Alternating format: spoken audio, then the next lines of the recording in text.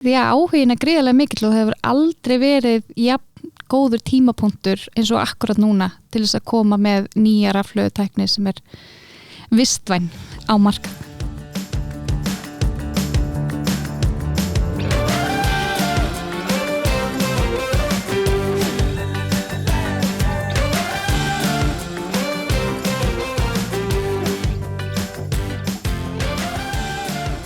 Góðan dag, þetta þátturinn Augnablik í iðnaði. Ég heiti Óskar Grétarsson og leiðtogi málm- og véltæknigreina. Gestir mínir í dag eru Linda Fanney Valgeirsdóttir, framkvæmdastýra og Rúnar Unnþórsson, tæknistjóri, en þau koma frá Alor sem þróar álrafhlöður. Velkomin. Takk. Takk fyrir. Getið þið sagt mér, hvað Alor? Já, ég skal kannski bara byrja. Alor að vinna því að koma á markað með vistvænar álrafhlöður og orkugeymslur. Svona að því það spyrja allir hvernig var þetta til og akkur þetta á Íslandi og kannski vil ég bara byrja því að segja það, svona söguna á bakvið hvernig þetta varð allt saman til. Fyrir 10 árum síðan að þá spænskur aðili sem heitir Hakín að vinna eða hann var á þeim tíma í rauninni að vinna hjá rafhlöðu framleiðendum í Evrópu og átta sig á því að framtíðin í sjálfbærum lausnum, sjálfbærum rafhlöðum og orkugeymslum og fer í rauninni að vinna því og stofna teymi í kringum það og þau eru sem sagt núna síðustu 9 árin búin að vera að vinna rannsóknar og þróun á álrafhlöðu tækni og hann átti sig á því þarna svona kannski 6 árin í verkefnið að hann þarf og þau einhvern partner til þess að hjálpa sér að koma þessu út úr rannsóknarstofunni og á sama tíma þá eru 2 aðilar að ræða saman á Íslandi, annars vegar Valgeir Þorvaldsson sem einn af stofnendum Alor og hins vegar kanadísku vinur hans sem heitir Robert Fredriksson og þeir eru að hafa áhyggjur af loftslagsvandanum og bara framtíð barnabarnanna sinna, sko hvernig blasir þetta við þeim og þeir fara í rauninni að svona segja, af hverju gerum við ekki eitthvað, þeir eru svona miklu frumkvölar í hjartanu báðu tveir og vilja svona einhvern veginn leggja sitt af mörkum til þess að koma inn í þessa stóru lausn sem við þurfum að finna og þeir fara svona að leita eftir einhverjum lausnum í Evrópu og kynnast fljótlega Hakín og hans teymi og þau koma inn til Íslands og það svona farið að máta sig saman aðeins og verið að horfa á að hér eða var allavega græn orka, sterkt háskólasamfélag og svona grænsýn stjórnvöld og auðvitað þessi svona græni stimpill á Íslandi. Þannig að það varð úr að sameiginlega að þá var Alor stofnað árið 2020. Þetta svona í mjög stuttu máli hvernig þetta gerist. Mjög greina gott. Og hvað í dag 2020, 22, 2 ár, hvað eru það mörg? Já, við erum í rauninni að vinna sem eitt teymi með spænska hlutanum og við erum svona kringum 10, 9 til 10 sem að vinnum að þessu saman en við sjáum auðvitað fyrir okkur að stækka teymið og við erum að undirbúa fjármögnunarferli núna sem að við erum bara mjög spennt að fara í því að áhugin gríðarlega mikill og það hefur aldrei verið jafn góður tímapunktur eins og akkurat núna til þess að koma með nýja rafhlöðutækni sem vistvæn á markað. Þetta þá skilgreint hvað? Nýsköpunarfyrirtæki eða? Já, þetta er sprotafyrirtæki. Það við sprettum upp úr svona tæknihugmynd og þar með köllust við til sprotafyrirtækis. En hvað þá tæknin og þróunin komin langt? Getum við farið að sjá afurð frá ykkur? Já, sko það búið að þróa kemistríuna í yfir 9-10 ár núna. Við eigum von á fyrstu frumgerð eftir 2-3 vikur. Þannig að þá fyrir við sínum svona áhugasömum aðilum hvað þetta en það ekki vara, sko. Þannig að við eigum eftir að eyða smá tíma í vöruþróun. Já, En það þá hvað, prototýpa sem að segja okkur aðeins. Já, þetta er prototýpa sem að sýnir svona kannski hvert við erum að fara. Þannig að við setjum henni í þær pakningar sem að við munum svo endanum erum að miða við að hafa þær í.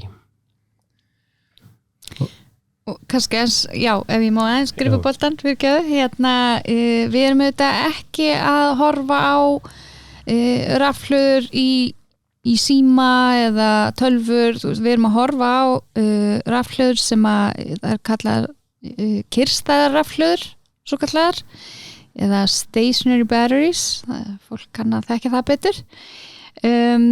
Þannig að þú vilt kannski lýsa því að svona, ég bara vil að koma svona snemma fram hvar fókusin liggur. Já, svona aðal notkunarsviðið er já nákvæmlega stationary storage, þannig að þetta formfaktor sem við erum að miða við er að setja þetta í tölvuskápa. Þannig að þetta er svona fyrir 19 tómu tölvuskápa, þannig að við getum raðað saman einni einingu, við getum raðað saman mörgum einingum og ein eining, hún er svona stöðluð. Þannig að þú þarft meiri geymslurýmd, þá raður bara saman mörgum einingum, getur raðað í eitt skáp, alltaf 12 stykki í eitt skáp og svo getur raðað þessuna sko tengt saman marga skápa. Þannig að fer bara eftir hver þörfin er, hvort þú tengir þetta við sólarsellur, vindtúrbínur eða bara backup kerfi fyrir tölvukerfið þitt. Það er spennandi, en hvað verður þá voltatalan á hverju einingu? Ein eining verður 48 volt. Rýmdin ekkert mikil akkurat í fyrstu frumgerinu sko, en við stefnum að hafa hana, það verður alltaf aukið. En auðvitað getum við aðlaga okkur að hvaða voltatölu sem er. Það má alltaf keyra spennuna upp og niður. En 48 volt er svona það sem að mér sýnst og þessi geiri er að fara út í meira og meira. Það er kringum 48 voltin. Þessi tækni, er hún tílegstar annar staðar í heiminum? Er ykkur að framleiða í dag álrafhlöður? Ekki svona stationary storage, það er ástæðs fyrirtæki sem er að framlega svona pinkulitli, svona coin cells sem við notum í baðvogir og svoleiðis eldursvogir. Þeir munu einhvern tíma að fara í stationary storage en þeir eru ekki komnið þangað. Þannig að samkeppnin er rauninni bara við blýbatteri og lithiumbatteri sko. Spennandi, en þá spyr maður, hvenær má búast við því að ykkar vara komi á markað, hvenær kaupi ég af ykkur rafhlöðu? Já, á ég að svara þessu? Já, við að því gefnu að við náum að raun keyra á þeim hraða sem við viljum, ef við fáum það fjármagn sem við þurfum, að þá sjáum við fyrir okkur að geta komið á markað með fyrstu vörur undir lok árs 23. Og það eins og Rúna nefnir þá þetta þarf að taka við ákveð vöruþróunarferli og við höfum nú þegar gert samninga við partnera sem að munu taka þátt í þessu ferli og við getum fengið raun feedback inn í þetta ferli frá þeim og kannski nefni sérstaklega neyðarlínuna sem rekur öryggisfjarskiptakerfið á Íslandi og vilja skipta út blýsýrurafgemum sem að eru þetta eitraðir og Evrópusambandi hyggst banna blýsýru í rafhlöðuframleiðslu og það er til mikils að vinna að fara úr þessum eitruðu lausnum yfir í grænar lausnir og eins eru við í góðu samstarfi við Landsnet og erum að undirbúa samninga mitt sem að lítur að því að hafa þetta mikilvæga aðgengi að þeirra tæknifólki sem að við fáum í raun svona endurgjöf og innsýn til þess að vera að þróa lausnir sem að henta alveg ábygglega þessum aðilum. Akkurat. Hvernig er álrafhlaðan byggð upp? Þetta er ekki bara 100% ál? Nei, hún er samt tiltölulega einföld, þannig séð. Þetta er rauninni bara 3 hráefni í grunninn, þar að segja. Það er ál og kolefni og síðan erum við með úrefni eða ensku urea sem er rafvökvinn sko. Þannig að þetta eru allt efni sem er tiltölulega aðgengileg, ekki skortur á þessu minnst í heiminum. Þannig að Og það auðvitað kannski það sem við finnum hvað áhugan var eins og hún nefndi hérna áðan, það vantar ekki áhugan að eins og varandi lithium sem til dæmis náttúrulega nýtt í mjög mörgum mismunandi svona, ég ætla alltaf að sletta use caseum hérna, hjálpaði mér, hvað segir við? Notenda eitthvað. Já, þið skiljið hvað ég finna að hérna að lithium til dæmis það til 0,0017% af lithium í jarðskorpunni á meðan ál 8,2%. Þannig að það að geta komið fram með lausn sem ekki bara græn og samkeppnishæf verði og með lengri endingatíma, við eftir að fara endingatíma, að þetta líka svo ótrúlega mikilvægt að koma með lausn sem að ekki að búa til ný vandamál. Ekki að ganga á hráefni sem lítið af í jarðskorpunni. Þannig að við finnum að það gríðarlega mikill áhugi fyrir þessu. Já, og kannski bæta hérna, sko endurvinnanleikin og þess að þau ekki hérna, þetta umhverfisvænt, þannig að þau ef þau lenda í jarðvegi sem að hérna, við höfum tölur sem segja til dæmis blýsýrugeymar 30% af þeim lenda í jarðvegi, urðaðir þráttur að segja að þetta endurvinna 100%, þannig að þetta rauninni bara okkar hegðun við einhvers staðar endaðir í jarðveginum og það þetta eitraðir ef álbatterinn færi í jarðveg þau ekki að eitra frá sér sko. Þannig að það mætti taka þau nokkur setna og bara endurvinna þau, þannig að þau ekki þetta hefur ekki skaðlega áhrif á umhverfið þó að mannleg hegðun sé eins og hún sko. Já, og þetta kannski bara til þess að hérna, botna þennan endurvinnuleika að þá hefur það reynst snúið eins og varandi lithium-rafhlöðurnar að endurvinna þær. Það talið að séum 5% af öllum lithium-rafhlöðum í heiminum endurvinnar. Og þetta náttúrulega gríðarlega lágt hlutfall. Já. Og síðan þetta svona önnur atrið sem ég langar líka vekja athygli á sem að við erum í raun ekki að tefla í vísinu eins og mannréttindi. Því að það að vera að ná í hráefni, til dæmis eins og í lithium-rafhlöðum, ég ætla ekki að vera hjóla svona ekki, en bara það staðreynd að kóbalt 70% af öllu kóbalti í Kongó og það þarf kóbalt í þessu lithium-rafhlöður og hérna það miklar áhyggjur af því að það sé ekki verið að virða mannréttindi á þessum slóðum. Já, það er átakanlegt að heyra og líka leiðinlegt að heyra að þetta sé mannleg hegðun að þetta endi í náttúrunni. Þannig að þið segið að við þurfum ekki að óttast, það megi bara halda áfram að vera sóði og henda rafhlöðum. Nei, við viljum alls ekki segja það. En við munum auðvitað tryggja það eins og bestur á kosið að það sé hægt að endurvinna þessar rafhlöður. En það sem að rúnar á við að ef skekkinni að það myndi ekki verða gert, að þá í raun hefur það ekki neikvæð áhrif á umhverfið. Það eru heldur betur góða fréttir af því að það er alltaf að aukast notkun okkar á rafhlöðum og áherslan í heiminum, hún liggur þar. Við sjáum bílana og allt þetta. Haldið að þið eigið eftir að vera með rafhlöður í bíla og báta í framtíðinni eða? Sko, við gætum alveg gert batteri í bíla. Það er að segja þessi klassísku blýsýrugeymar sem eru bara í flestöllum bílum, við gætum alveg smíða þannig batteri. En þau eru sko, þau sér nánast sko hver og einn bílategund með sína típu af batteri, þannig að miklu flóknar fyrir okkur að vera að smíða marga stærðir af geymum sko, þannig að við förum það sem er einfaldast, við ætlum að vera með staðlega stærð sem passar í rekka til þess að byrja með mér. En þú ert væntanlega að hugsa rafbílana einnig, það er í raun næsta kynslóðin af tæknin okkar. Við erum nú þegar með einkaleyfi varandi það og það hefur verið töluverð rannsókn að vinna, það er kallað Aluminum Air, en við erum næst markaði með þessa kynslóð sem er Aluminum Ion og þess vegna viljum við byrja þar og koma út með þá tækni en síðan mun hitt taka við. Þegar við töluðum rýmt í þessum rafhlöðum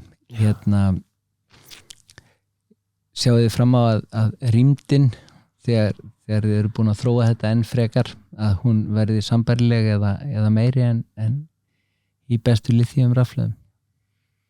Já, við sjáum alveg við náum þeim sko.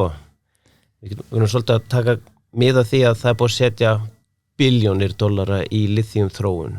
Við erum að taka fyrstu skrefin í þessu sko, þannig að við erum eftir að framkvæma svona smá eltingaleik, mun taka okkur smá tíma en fræðilega eigum við að ná þeim sko og jafnvel fara fram á þeim sko. Þetta er smá challenge myndi ég að segja. Já, við hefum stundum sagt að við erum að koma á marka með svona iPhone 1 sko á meðan hinnir eru en við hefum bara óbillandi trú á tækninni en kannski líka Rúnar ef að þú væri til að nefna eins og varðandi endingartíman sem að rannsóknir hafa sýnt fram á. Já sko, við erum mjög hógvær í endingartölunum þó að við séum að sko segja að þessi batteri munu endast 6.000 hlaðslu og afhleðslu skipti. Þá erum við að tala sko, til dæmis blýsýrugeimar, þeir eru endast þetta frá 500 upp í 2000, fer eftir hvað fer vel með þá og í hvað aðstæðum. Og lithium þá þarna rétt fyrir ofan, alltaf kannski 3-4.000 sko, í bestu aðstæðum. Og við erum að horfa á 6.000 og við vitum eins og að kemistriðan okkar, hún getur farið töluvert meira upp, sko, miklu hærri tölur. En að lofa 6.000 við getum staðið við það, þannig að við erum að tala þá 50% meira heldur bestu lithium í endingartíma. En hvernig það þá, að því að nú þinn endur neyðalínun á þann, það í húsum kannski ókynntum, köldum og mjög ólík veðurskilyrði, hitastig og annað. Hvernig sem sagt álrafhlaðan að koma út gagvart? Hvað ég segja? Við erum að díla við nákvæmlega sem vandamál. Þannig að við erum ekkert að outperforma hina rafgeimana, það bara allar þessar batteríu, öll þessi efnasambönd þau verða lélegri í meiri kulda og í frosti og svo bara ákveðnum tíma hættir rauninni, þá frýs rauninni rafvökvinn og þá bara batteríin stopp sko. Og undir þeim kringumstæðum þá rafhlaðan ónýt? Nei, bara þegar þýðir aftur þá hún að bara fer í smá dvala rétt á meðan það svona kalt. Já, nákvæmlega. En það þetta er sama líka með hitan. Kuldi og hiti að rauninni að takmarka batteri almennt séð, þannig að það þarf að regla hitastig á öllum þessum batteríum sko. Já. Þetta er spennandi. En kannski einn punktur því að Linda kom inn á sko endurvinnsluna og endurvinnsla á þessum álrafhlöðum tiltölulega auðveld og ein ástæðan fyrir til dæmis að lithium ekki meira endurunnið eins og við myndum halda að þessi batteri geta sprungið. Þessi lithiumbatteri geta sprungið, þannig að ef þú lemur þau eða þau verða fyrir einhvern hnjaski þá getur komið upp eldur eða jafnvel þau geta sprungið. Og í svona almennu endurvinnslu þá batteri tekin og þau bara hökkuð niður og þú getur ekki gert það við lithiumbatteri. Þú voru að taka þau varlega bara eins og afmælispakka, svona opnaðu rólega og passaðu og sért ekki að stofna líf og limum í hættu. Álbatterinn hins vegar, þau brenna ekki og þau springa ekki, þannig að það verður tiltölulega auðvelt að endurvinna þau, svona ekkert ósvip og blýsýrugeimandi sko. En þetta ástæðan fyrir því að lithiumrafhlöður eru lítið endur?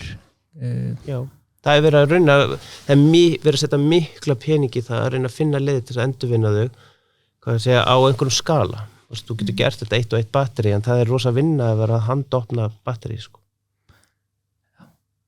Þetta eru fréttir, finnst mér. Já, við erum alltaf búin að liggja svolítið yfir þessu og þetta skoða samkeppnina mikið og ég var einmitt að skoða núna bara nýlega fréttir eða umfjöllun í raun blýsýru og að því að við vitum það öll að hún er náttúrulega ekki góð fyrir heilsu fólks og umhverfi, en það er talið að 1/3 af öllum börnum í heiminum sé útsett fyrir blýsýru. Mér finnst þetta ótrúlega merkilegt og ég vildi náttúrulega einhvern veginn læra meira af hverju það væri. Og þetta er þá aðalega í þessum vanþróðu ríkjum, þar sem eru 80% af ástæðanum af þessu eru rafhlöður sem er verið að endurvinna með frumstæðum hætti. Það er að sullast bæði jarðveginn og vatnið og einhvern veginn á fólk og mér finnst þetta bara alveg svakalega sláandi tölur og auðvitað munum við ekki láta okkar eftir liggja að bara reyna að skipta út þessum skaðveldum. Já, rauninni það er vitað að blý er hættulegt og Evrópusambandið hefur verið núna síðustu ár, ég þori ekki að segja hvað langt aftur í tíma, en minnst síðustu árin hefur markvisst verið að minnka blý, bæði rafrásum og alls konar framleiðslu. Blý hefur verið notað í málingu og allt en það hefur verið að reyna að minnka rauninni notkun á blýi og það er einhver núna stendur til að banna blýsýrugeyma. Linda veit kannski meira það. Já, það er þetta mun fasast út, en það eru blikur loftum að þetta muni byrja núna strax á næsta ári. En auðvitað eru blýsýruframleiðendurnir mjög ósáttir, blýsýrurafhlöðuframleiðendurnir, þannig að það er mikill lobbyismi í gangi. En það við sjáum allavega mjög einbeitt merki það að þetta muni gerast. Ef við ekki að hafa þetta bara lokaorð, Linda Fanny og Rúnar frá Alor, bestu þakkir fyrir spjallið og gangi ykkur vel. Takk sem er leiðis. Takk fyrir.